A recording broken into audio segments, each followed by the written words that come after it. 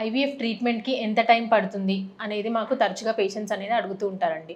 So, నార్మల్‌గా first procedure వచ్చేసి ovum pickup లేదా oocyte పికప్ కదా! అది జనరల్‌గా పీరియడ్ వచ్చిన సెకండ్ డే గానీ, థర్డ్ డే గానీ స్టార్ట్ చేసుకుంటాము. దానికి ఫస్ట్ మనం 10 డేస్ టు 12 డేస్ ఇంజెక్షన్స్ అనేది అవసరం పడుతుంది. దాని తర్వాత పికప్ ప్రొసీజర్ చేసుకుంటాం గదా! సో, అదయిన తర్వాత మనకి ఎంబ్రియోస్ తయారవ్వడానికి మినిమమ్ ఒక 5 డేస్ అలా పడుతుందండి. ఒకవేళ సపోజ్ మీకు ఎక్సెప్షనల్‌గా అంటే పొర అనేది చాలా బావుంది, హార్మోనల్ ఇంబాలెన్స్ ఏం లేదు అండ్ ఇంకొకటి రక్తం సరఫరా కూడా పొరకి బాగుంది అని అనుకోండి. మనం ఆ ఎంబ్రియోస్‌ని కొంతమందికి ఫ్రెష్ ట్రాన్స్‌ఫర్ కూడా సజెస్ట్ చేస్తాము. లేదు ఏదైనా హార్మోనల్ ఇంబాలెన్స్ ఉన్నా, పొర బాలేకపోయినా, పొర లోపల నీరు అట్లాంటిది ఏమైనా ఉన్నా మనకి జనరల్‌గా ఫ్రోజన్ ఎంబ్రియో ట్రాన్స్‌ఫరే ప్రిఫర్ చేస్తాము. సో, ఫ్రోజన్ ఎంబ్రియో ట్రాన్స్‌ఫర్ చేయాలి అని అనుకోండి. పికప్ అయిన తర్వాత మళ్ళీ పీరియడ్ వచ్చిన తర్వాత రమ్మని చెప్తాము. సో, అప్పటినుంచి వచ్చే నెలల్లో మనకి లేయర్ తయారయ్యేలాగా మెడిసిన్స్ అనేవి స్టార్ట్ చేసుకుంటాం.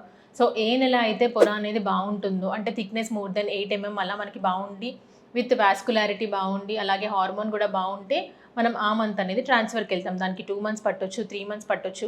ఒక్కొక్కసారి కొంతమందికి వేరే పాలిప్స్ రావడం గానీ, ఇంకా ఎక్స్‌ట్రాగా ఏమైనా ఫ్యాక్టర్స్ లేదా ప్రాబ్లమ్స్ అనేవి ఉన్నాయనుకోండి, కొంచెం డిలే అనేది అయ్యే అవకాశం అనేది ఉంటుంది ట్రాన్స్‌ఫర్.